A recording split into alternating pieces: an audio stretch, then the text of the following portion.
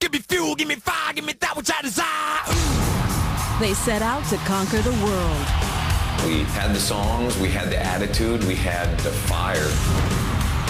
We were determined to kick people's ass, and we did. And made their own rules along the way. And nobody's gonna sit down and tell me what Metallica's about or how it's supposed to be.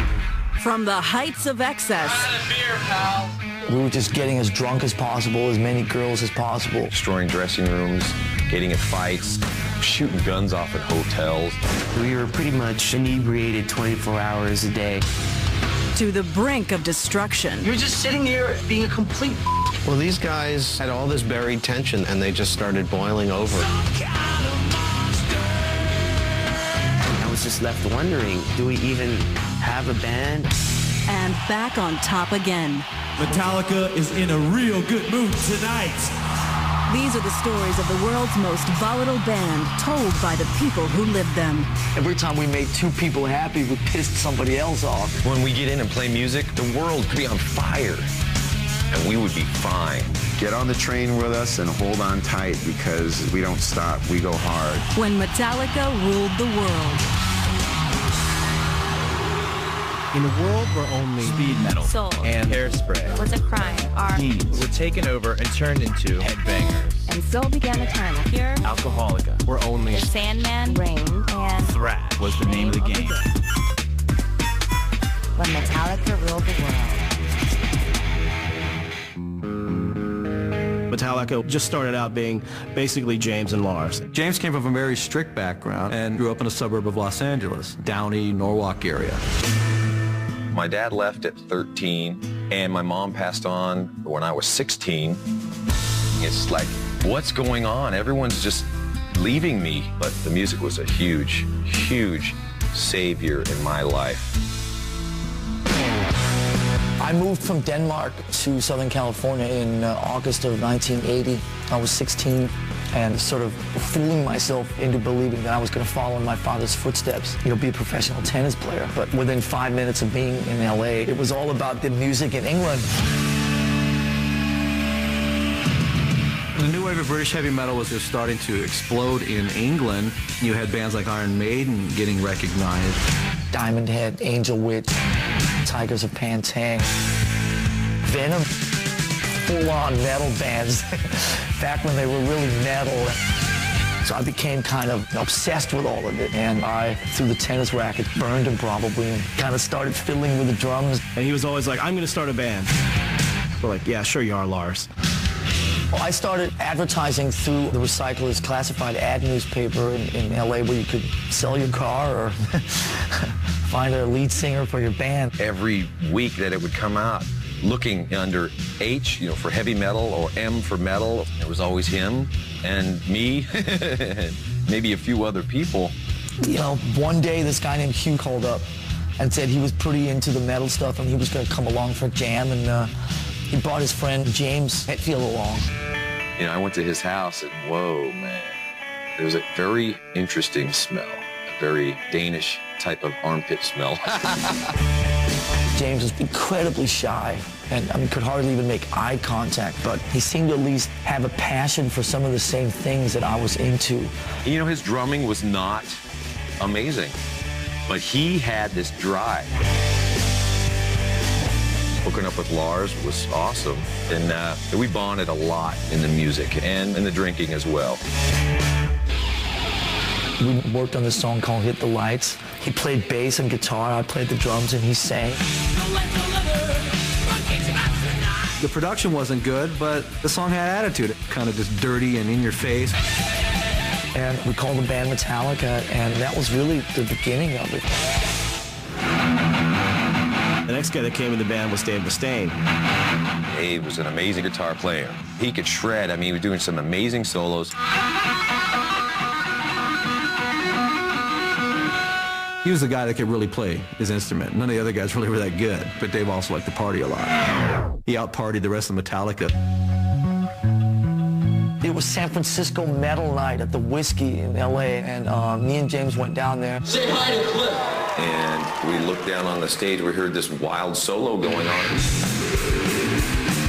There's was this big mop of red hair going nuts, you know, and it was a wah sound. It's like, man, that guitar is heavy. And we looked and we're counting the strings on it. Dude, that's a bass. It was this guy, Cliff Burton. Me and James had never seen anything like him. And we just looked at each other and said, we have to get this guy in our band. So we stuck around and we pulled him aside and said, you are amazing. We got to steal you. Basically, at the end of the day, he said, you know, I like you guys, but you guys are going to have to move up to San Francisco. Absolutely. We were ready to get out of L.A. LA sucks! Even in '82, LA still was such a pansy-ass environment for metal. Hair metal, big hair, glitzy outfits. Metallica and Red are talking about strippers and partying. Getting laid on the Sunset Strip. Metallica was completely different. They were street. It was just t-shirts, jeans, let's get down to business. Let's not screw around. Now, why should we change? We're on stage. You know, we're not trying to be something big and fancy, you know. We didn't fit in with the music scene in L.A. We did up in San Francisco. I mean, in LA, you get drinks with umbrellas in them. Up in San Francisco, it's beer can. I mean, it was a much grittier atmosphere. So we went right up there instantly. San Francisco, would you please welcome Metallica? All right. That whole scene in San Francisco at the time was just waiting for a band like that to come up there and play.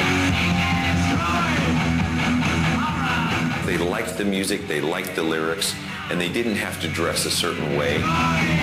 Guys like me that were wearing like my Judas Priest denim jacket painted and my scarf. Metallica said, take that off. It's not metal. Just hang out. We made a demo tape, and I just sat there and sent it to 20 people. And then those 20 people each send it to another 10 people. Somebody came into our store, Rock and Roll Heaven, East Brunswick, New Jersey, and basically handed off a cassette for us to play. And the second we heard the first notes, we were blown away. Well, Johnny Z started a record company called Megaforce and basically called them up and said, hey, if you guys come to New York, I'll do a record. So they were like, sure, let's do it. He paid for us to drive all the way out with our gear in a U-Haul trailer. He never even met us before. First thing we say to him is, hi, we're getting rid of our guitar player. On our way out to the East Coast, we were staying at connections of friends, and Dave, he was trashing their houses and just really disrespecting stuff. You know, we drank a lot. God, did we drink a lot. But Dave had a side to him when he was drunk that was not positive. I think especially Cliff thought that Dave Mustaine was just like out of his mind. It was going to bring us all down, and we had to put an end to it. If you ever wake up and the other 3 band members are sitting, you know, within 2 feet of you, staring at you as you're rubbing sleep out of your eyes, probably not a good sign. And that was what Dave awoke to that morning. We had the bus ticket in hand. Dude, we've got to let you go. Gave him 15 minutes to get his things together and then put him on a bus and then back to California. Probably not the nicest way to do it, but that's what we knew. So me and James got roaringly drunk about 10 or 11 in the morning and went sightseeing. Start spreading the news. We went to the top of the Empire State Building and just started drinking. And whatever that did for us, it helped. That same night, Kirk Hammett came out from San Francisco, who was the lead guitar player of this band, Exodus. When I arrived, it was about, I'd say 7 o'clock in the evening. These guys were just getting up.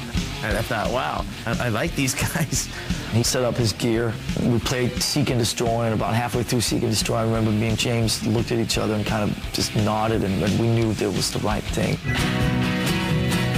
They never really told me that I got the job or I was in the band, you know. I just kind of went along with the ride, and all of a sudden I had about, I don't know, 10, 12 gigs under my belt. Kirk, when he first came in, he looked like a guy that he was really shell-shocked. Within the first 2 or 3 weeks I was in the band, I found myself getting in between Lars and James. I can remember us just drinking, and all of a sudden Lars and James getting into it.